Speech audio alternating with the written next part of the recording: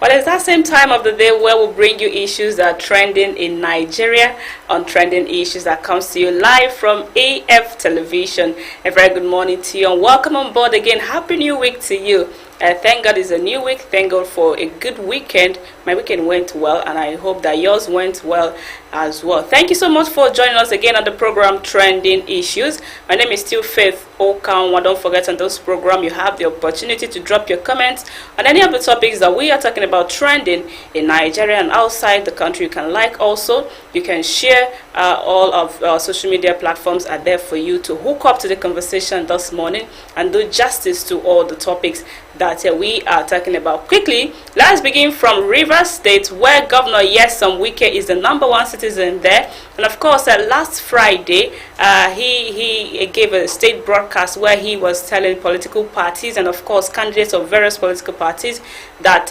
recall that we have Executive Order 21, and this order is mandating you to do some necessities before you are allowed to use some public facilities. Of course, some persons are looking at it that Wike is shunning political parties and their candidates from making use of public facilities, but this is a law and that the law has to be obeyed. Of course, the video is there. We'll just take a quick look at Wike giving us some of the conditions that have been stipulated for you to meet as a candidate and as a political party before you are allowed to use some of the public facilities for your campaign. You know that 2023 is fast approaching. Let's just take a quick look at the video.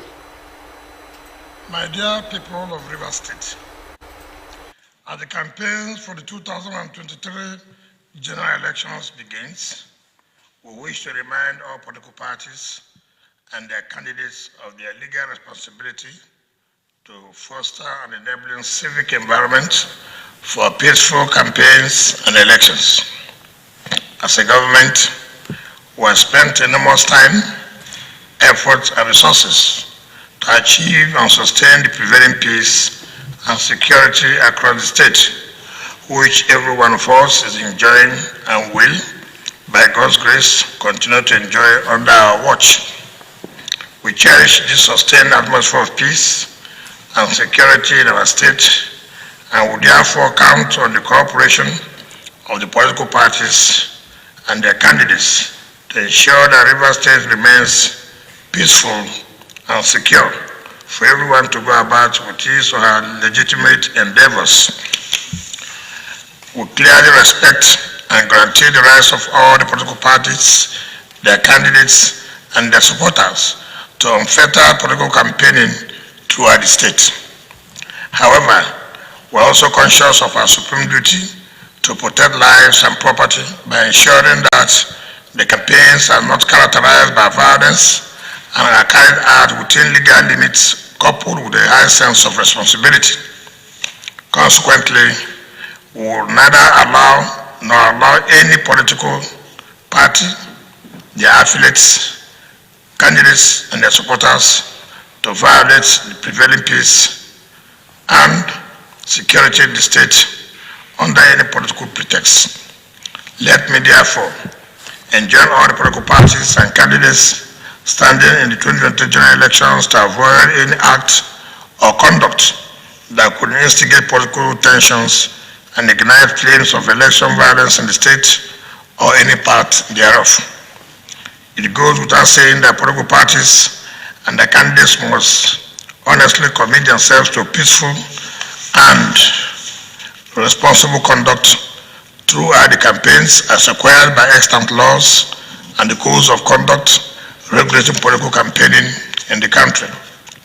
In addition, I wish to draw attention of all the political parties and their candidates to Executive Order 21, which specifically prohibits the use of public school buildings, structures, and premises for political rallies without prior permission from the Commissioner of Education.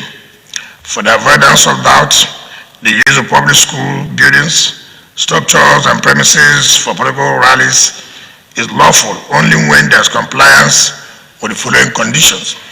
A. Obtaining permission from the Commissioner of Education not less than 2 weeks before the date of the rally. B. Pay a non-refundable security fee of 5 billion naira only. The prohibitive order has been put in place as part of our responsibility to protect and secure public school infrastructure from damage or destruction, as well as to prevent the disruption of effective learning activities in our schools as a result of political rallies. We have said it before that the law is no respecter of political parties or persons, irrespective of size, status, or station.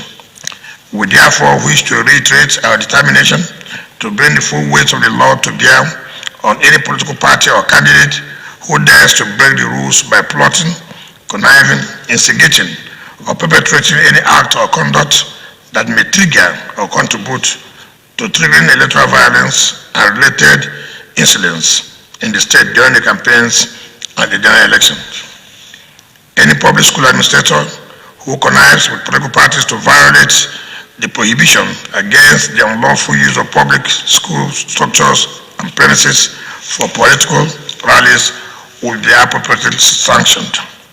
The Commission of Education and local government chairmen have strict instructions to enforce the Executive Order 21 prohibiting the use of public school structures and premises for political rallies. Furthermore, owners should refrain from allowing their business premises, hotels, cafeteria, relaxation lounges, or private homes from being used for unlawful political gatherings and other criminal acts by party talks and other criminal elements, including cultists, as well as bring down or seal up any of such buildings, structures, or premises without further notice. Finally, I wish to commend and thank the security agencies for their sacrifice and successful effort in securing peace and safeguarding lives and property in the state. We assure every resident that we will continue to provide all our security agencies with logistical support and encouragement that they need for the effective performance of their constitutional responsibility of keeping the state safe, secure, and peaceful before, during, and after the elections. We also enjoin members of the public to be vigilant and cooperate with the security agencies to deliver on their security duties to the state. Finally, I wish all the political parties peaceful and issue-based campaigns in Rivers State. Thank you, and may God bless Rivers State. All right, so that is a state broadcast by the Rivers State Governor. That's talking about a governor, yes, Wike, doing out some of the Executive Order 21 conditions that's already been stipulated for candidates and the political parties to meet before they are allowed to use most of the public facilities in the state, including schools. Yes, we know that it's a campaign season and everybody is gearing up towards the 2023 general elections.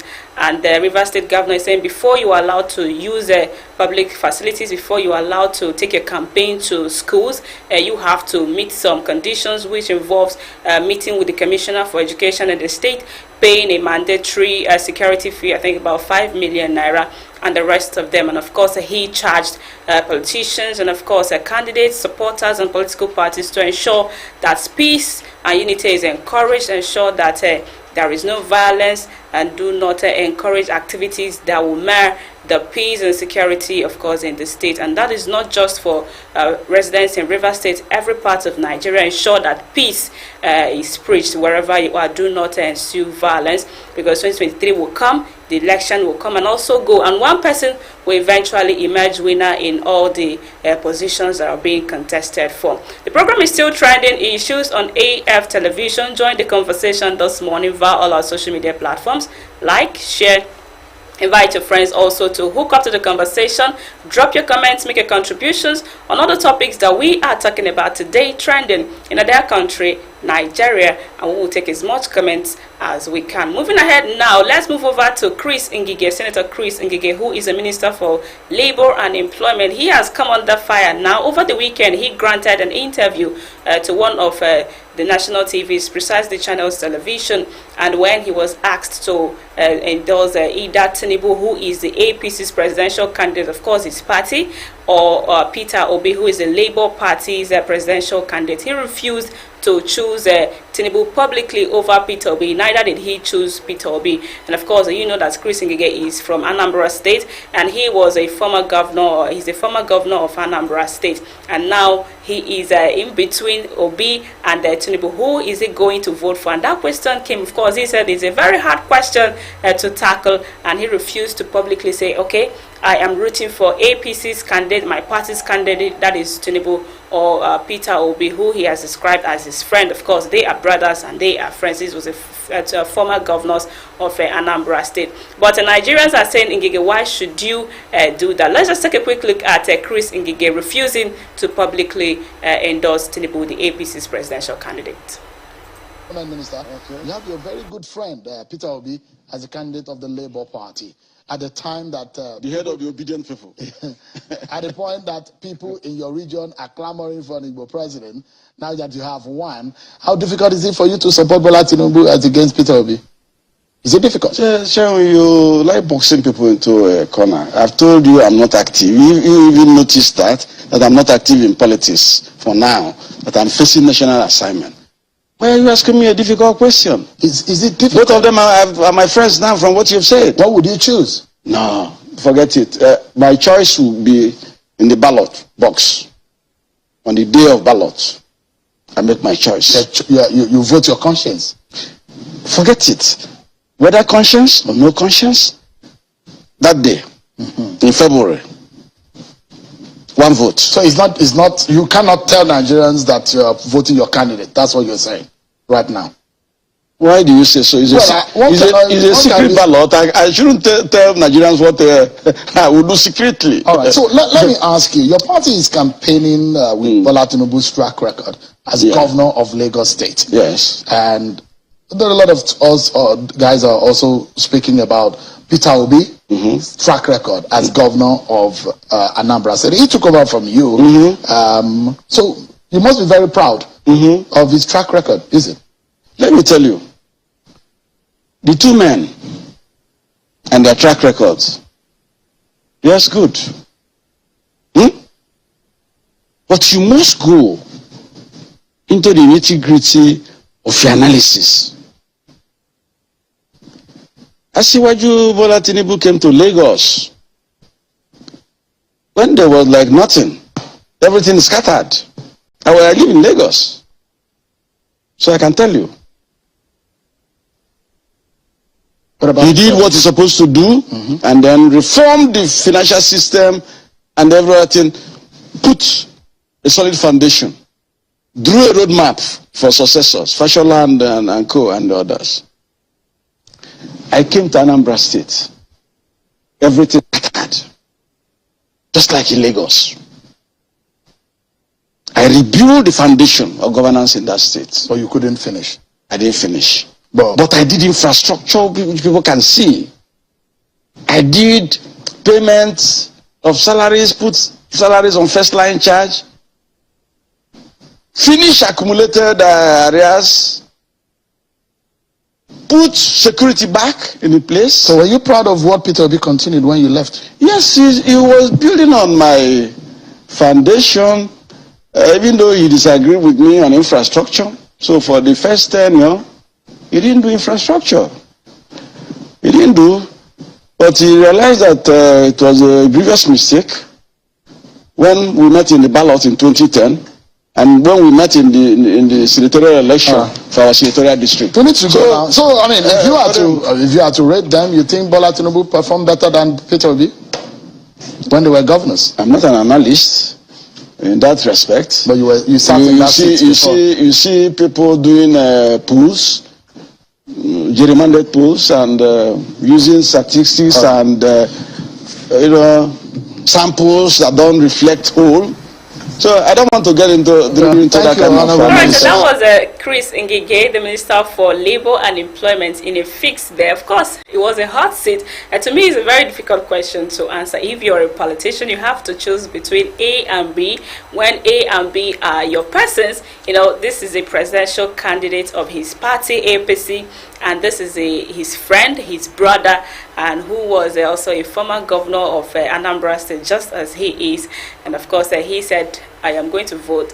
I'm going to decide at the ballot, using the ballot. He refused to say, okay, I am rooting for APC's candidate, that is Tinubu, or I'm rooting for Peter Obi. He said his ballot, the ballot box will be where he will decide. But some persons are not taking it easy on Chris Ngige for refusing to say, okay, I am standing solidly behind Tinubu, our candidate, that is APC's candidate.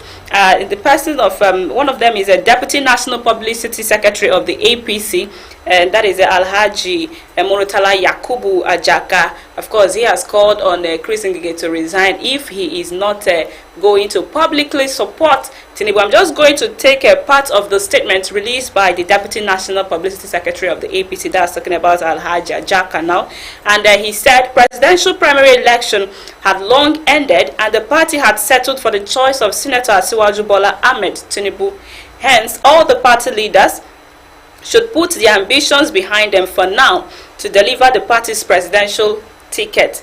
It is expected of a serving minister in an APC government to be a trusted apostle of Bola Ahmed Tinubu's presidency in 2023, who along other party leaders labored to ensure the enthronement of the same government in 2015, which they are now serving in. Chief Ngige and other APC appointees, especially in the federal cabinet, should not forget in a hurry that they are holding on to the party's mandate, hence the need to protect it with whatever it requires. But if they can no longer protect the interest of the APC in public and that of our presidential candidate Tinubu, I think the honorable thing to do is to step aside from the government formed by the APC. With this type of public comments from a sitting minister in a ruling party who cannot declare on national television his choice of presidential candidate, how on earth is the party expected to fare in the forthcoming presidential election? That is the statement by the Deputy National Publicity Secretary of the APC, Alhaji Murtala Yakubu Ajaka, tackling Chris Ngige for refusing to publicly endorse Tinubu. Of course, it is his right to say, okay, I'm endorsing this person or not. It is his right to say, I will not endorse publicly. But the APC are not taking it lightly. Well, 2023 will decide and Nigerians also will decide. Get your PVC if you've registered and if yours is out. Just check if your own is ready and go to the designated point and pick yours so that by 2023 you will do the needful, vote in the right candidates and then vote out the bad ones. The program is still trending issues, AF Television. Still talking about Tinubu and 2023. Over the weekend also, MC Oluomo, who is the chairman of Lagos State Parks and Garages Management Committee, his name is Musili Akinsanya, but we know him popularly as MC Oluomo. He staged a 5 million man march for Tinubu, and of course, there's some persons that say, oh, this is way above what negotiations did for Peter Obi, while Labour Party are saying no, APC is nowhere near what we've done for Peter Obi in Lagos and other parties. Other states, I beg your pardon. Let's just take a quick look at the videos. We'll be right back. We're all here. So Asiwaju Bola Ahmed Tinubu, 5 million march organized by MC Oluomo. Yeah, you can see people are dancing. We're all here. So Asiwaju Bola Ahmed Tinubu, 5 million march organized by MC Oluomo. Yeah, you can see people are dancing. We're all here. So Asiwaju Bola Ahmed Tinubu, 5 million march organized by MC Oluomo. Yeah, you can see people are dancing.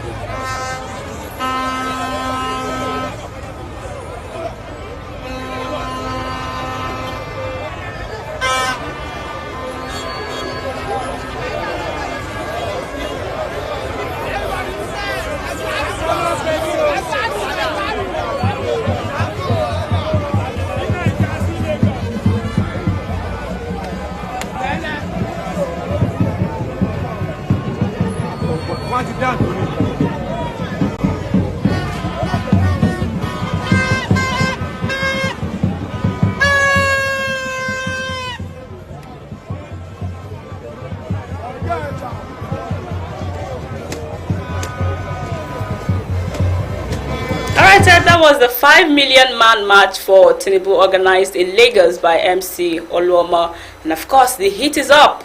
The politics is there. The campaign has started. You know that the presidential campaign is up already.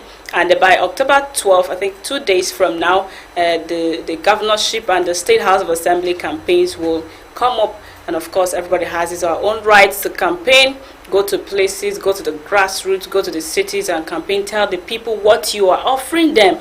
And remember that INEC and of course every other persons have been hammering on issue-based campaign. Ensure that you concentrate on the issues on the ground. Do not attack people, do not engage in violence, do not coerce people, do not force people to vote for you or vote for your candidate when they do not want to. Allow people to exercise their franchise, allow them to vote by their conscience and by what Nigeria will stand to gain and not what an individual will stand to gain. The program is still trending issues on AF television. We're talking about some of the issues that are trending in their country, Nigeria. Now let's move to the entertainment world where Davido is back into the limelight. You know that for some time now, he has been having some loggerheads with his fiancée, that is Chioma Rowland, who is now his baby mama, the mother of his son, Ifeanyi. And now a few days ago, they have been giving us hot. They've been serving us hot. The internet has been buzzing. Kudos to Davido, kudos to Chioma, and of course a popular pastor in UK gifted her with a Hermes bag worth over millions of naira, and so many persons are saying wow. But our concentration now is that Davido has hinted that he is going to marry Chioma legally by 2023. You know that 2023 is election year, and maybe we're going to have a very big wedding, election, and that is saying congratulations to them. We hope that this is our assurance in reality. You know, when they started, they came with assurance, and the rest of them. Well, let me stop talking. Let's just take a quick look at some of the videos of Davido and Chioma. We'll be right back to call it a wrap. Hey, yo, Charlie. Hey, yo, Charlie. Hey, yo, Charlie. My pastor. Big boy. First time in the HQ. That's thank you. Hey. Oh, Thank you. Then I'll present the certificate specially because you can't carry through the border without this because it's so proper that we didn't let them cut it. big boy. Yes, I like it.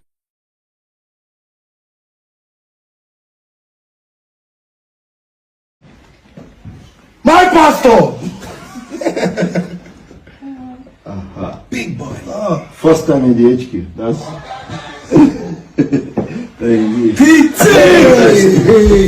Oh. Thank you. Then I'll present the certificate specially because you can't carry through the border without this because it's so proper that we didn't let them cut it. Big boy. Yes, I like it.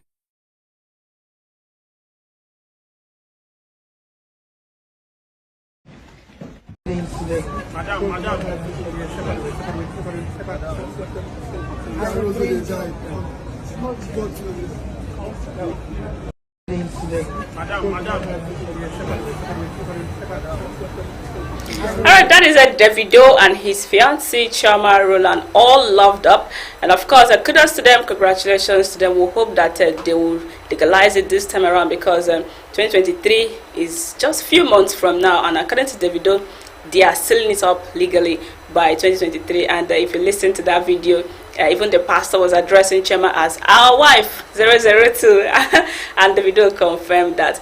And that is how we call it a wrap on today's edition of Trending Issues. But before we go, let's just take some comments from social media handles. Michael Ijola Chim says he's watching from Ahafia. Thank you so much for watching. Emma Abba Jameson Uche is there. Mazi Oka Alexandra says is watching from Onitsha. Thank you so much. Miriam Jalima watching from Nairobi, Kenya. Thank you so much. And Richmore Sawaru, keep the good work. Thank you so much. Thank you so much, everybody, for hooking up. Thank you for your comments. Thank you for your contributions. Thank you for your likes. Thank you for your shares. Thank you, thank you, thank you. My name is still Faith Okanwa. Let's do this again. Until then, it is bye for now.